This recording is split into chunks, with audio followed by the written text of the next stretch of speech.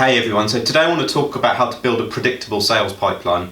It's one of the most significant things we've done and actively do and actively continue to invest in. But here's the biggest problem. What people are doing at the moment is bundling their complete sales process and therefore their overall strategy and structure for delivering revenue into their business into one big bucket.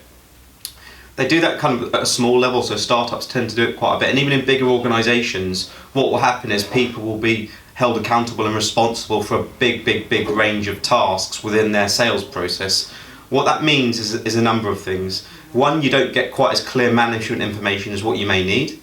Two, structurally it becomes really hard for a person who's accountable for a particular task to therefore feel comfortable and autonomous in doing that task when they've also got on their shoulders a range of other tasks that aren't quite as important or are quite a slight deviation from their core role.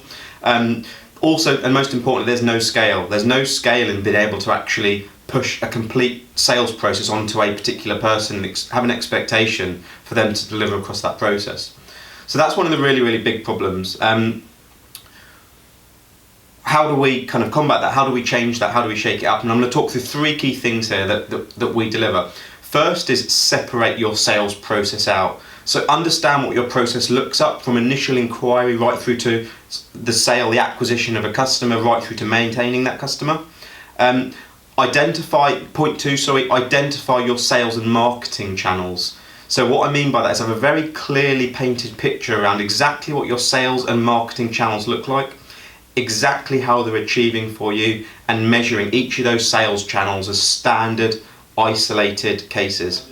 And then thirdly is to understand how to actually scale. So once you've delivered those first two parts, it puts you in a really nice position to then be able to scale. So let's talk about the first part. How do you structure your sales process in a kind of a segmented way that allows you to deliver that scale? So before I jump onto that, I'm going to start really quickly with inbound versus outbound. So there's two key parts to how you will generate revenue into your business. The first is via inbound, so that's things such as search marketing, paid advertising, networking. It's going to range depending on what industry you're in, but that's an area that's obviously very important, but with that it's also quite volatile. And what I mean by that is that you can do search marketing, or you can do networking, or you can do any activity that allows those leads to come into you. The difficulty you have with that is they're a little more difficult to track. They're more difficult to track because it has a third-party dependency to push those leads in. Yeah, to an extent you can track networking, and yes, to an extent you can track search marketing and things like that. Nonetheless, there's external variables that can impact the ability for those leads to come in. And then secondly, there's outbound marketing. So how you actually reach out to prospects, reach out to potential customers, and scale that process. So they're two very different things. And I'm going to talk about both of them, but it's something to be diligent of is to how you manage your inbound leads and opportunities and how they're handled, and how you scale your business based on that, and also your outbound leads and opportunities and how you scale your business based on that as well. So once we've identified that, I'm now going to talk about a sales process. Now, for our process, and it is specific to ourselves, but I think it kind of resonates across a lot of different businesses, we separate ours into key areas, and these are quite standard titles that I'll use that will probably resonate with you also. So we will have, at that initial level of inquiry, we will have market response reps. Market response reps are responsible for the inbound inquiries that come in. So whether it's from search marketing, or whether it's kind of a paid advertising channel, whether it's kind of newspapers or TV or anything like that, that will reach the market response reps inbox. And then we'll have sales development reps, the abbreviation being SDRs. And what SDRs do is they will do outreach. So I won't talk about the detail as to how they do the outreach, but they will do outbound prospecting. They will reach out to targeted profiles, prospects, and they will then try and contact them and generate a lead from that outbound activity. There are two different directions that those leads are coming in, but when it hits the SDR's inbox or whatever it may be, or when it hits the market response reps inbox also, that's their responsibility to then qualify that lead. So they will, through a process and a documentation potentially, they will qualify whether that inquiry meets the needs to then go on to the next stage. Now the next stage, again, a name that's quite traditional in this particular industry, is a sales executive. So someone who will be closing accounts. So that sales executive is trained exclusively not to qualify leads, not to reach out to get new prospects, but to handle qualified leads and take them into paying customers.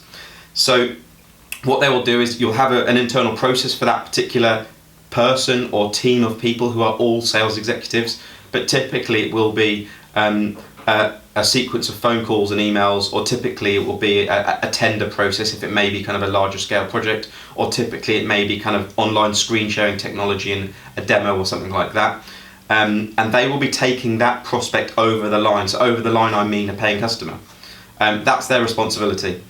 And then what you would have is account managers or customer success reps, or whatever you would call it, and you would have a team that is accountable for retention of those existing customers.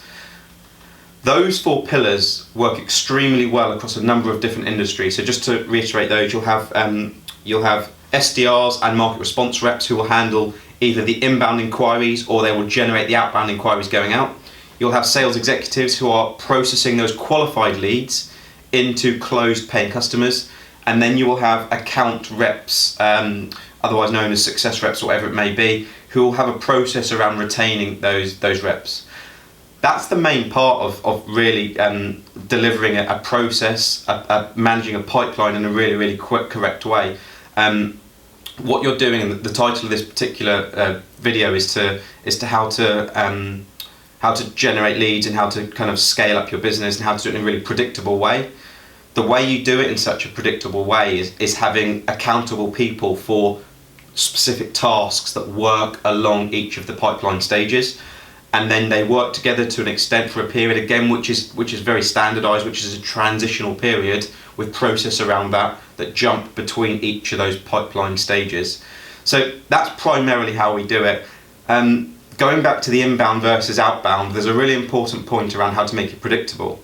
Your inbound, is a little bit more volatile, as I said from the beginning. So delivering an outbound structure, an outbound process that is scalable, that can reach out to certain numbers, that has priorities around who you reach out to, that's how you scale your business, and that's how you really, really can deliver volume and can forecast your business based on the outbound activity you're doing, and can forecast your sales pipeline and the teams and the people that are required to be in each of these particular stages based on their accountability and the capacity they operate at and how many they can handle. And that's kind of the key part, really, is deploy a very, very structured strategy around how you do your outbound prospecting, which is so important to get true scale in your business, and then manage that pipeline in a really, really structured way. On top of that side of things, it's really important to manage your marketing in the correct way. So just touching on the inbound side of things, and the outbound actually, if I'm honest, put some numbers around each of those parts. So create and understand every single individual sales and marketing channel that you're delivering into your business. Understand the number of leads it's delivering in. Understand the number of inquiries it's generating. Understand the cost you have attributed to each one of those channels. So not just the cost in terms of third-party fees to generate, but also the resourcing cost you may have internally to deliver all of that. And then your role is to refine that cost and refine each one of those channels and make them as profitable as they can be. And then you may also have a responsibility, accountable people who will be adding additional sales and marketing channels into that mix. The idea of all of this is to really generate scale around absolutely everything you're doing. I hope that's answered absolutely everything. I've actually got a great template that we use internally to manage a lot of our sales and marketing and how we attribute various costs and various revenue against each of those areas. So if anyone's interested in that also, please subscribe and please get in contact with us. Thank you.